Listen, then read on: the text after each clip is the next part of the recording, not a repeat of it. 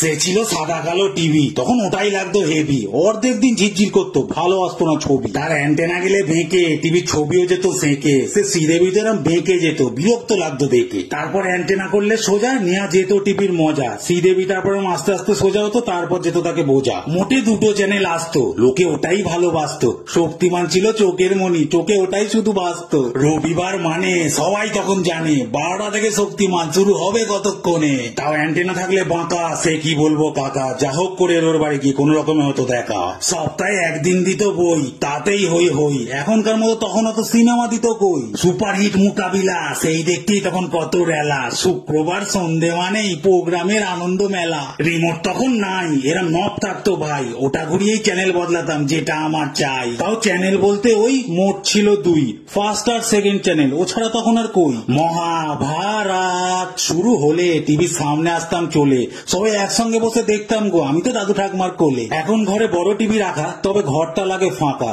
Content wise আমরা সব এখন দেখি একা একা, আর বসা হয় না গত সবাই মিলে আগের মতো। এই এলইডির জায়গায় সাদা কালো টিভিটা ফিরে পেলে কতই না ভালো হতো।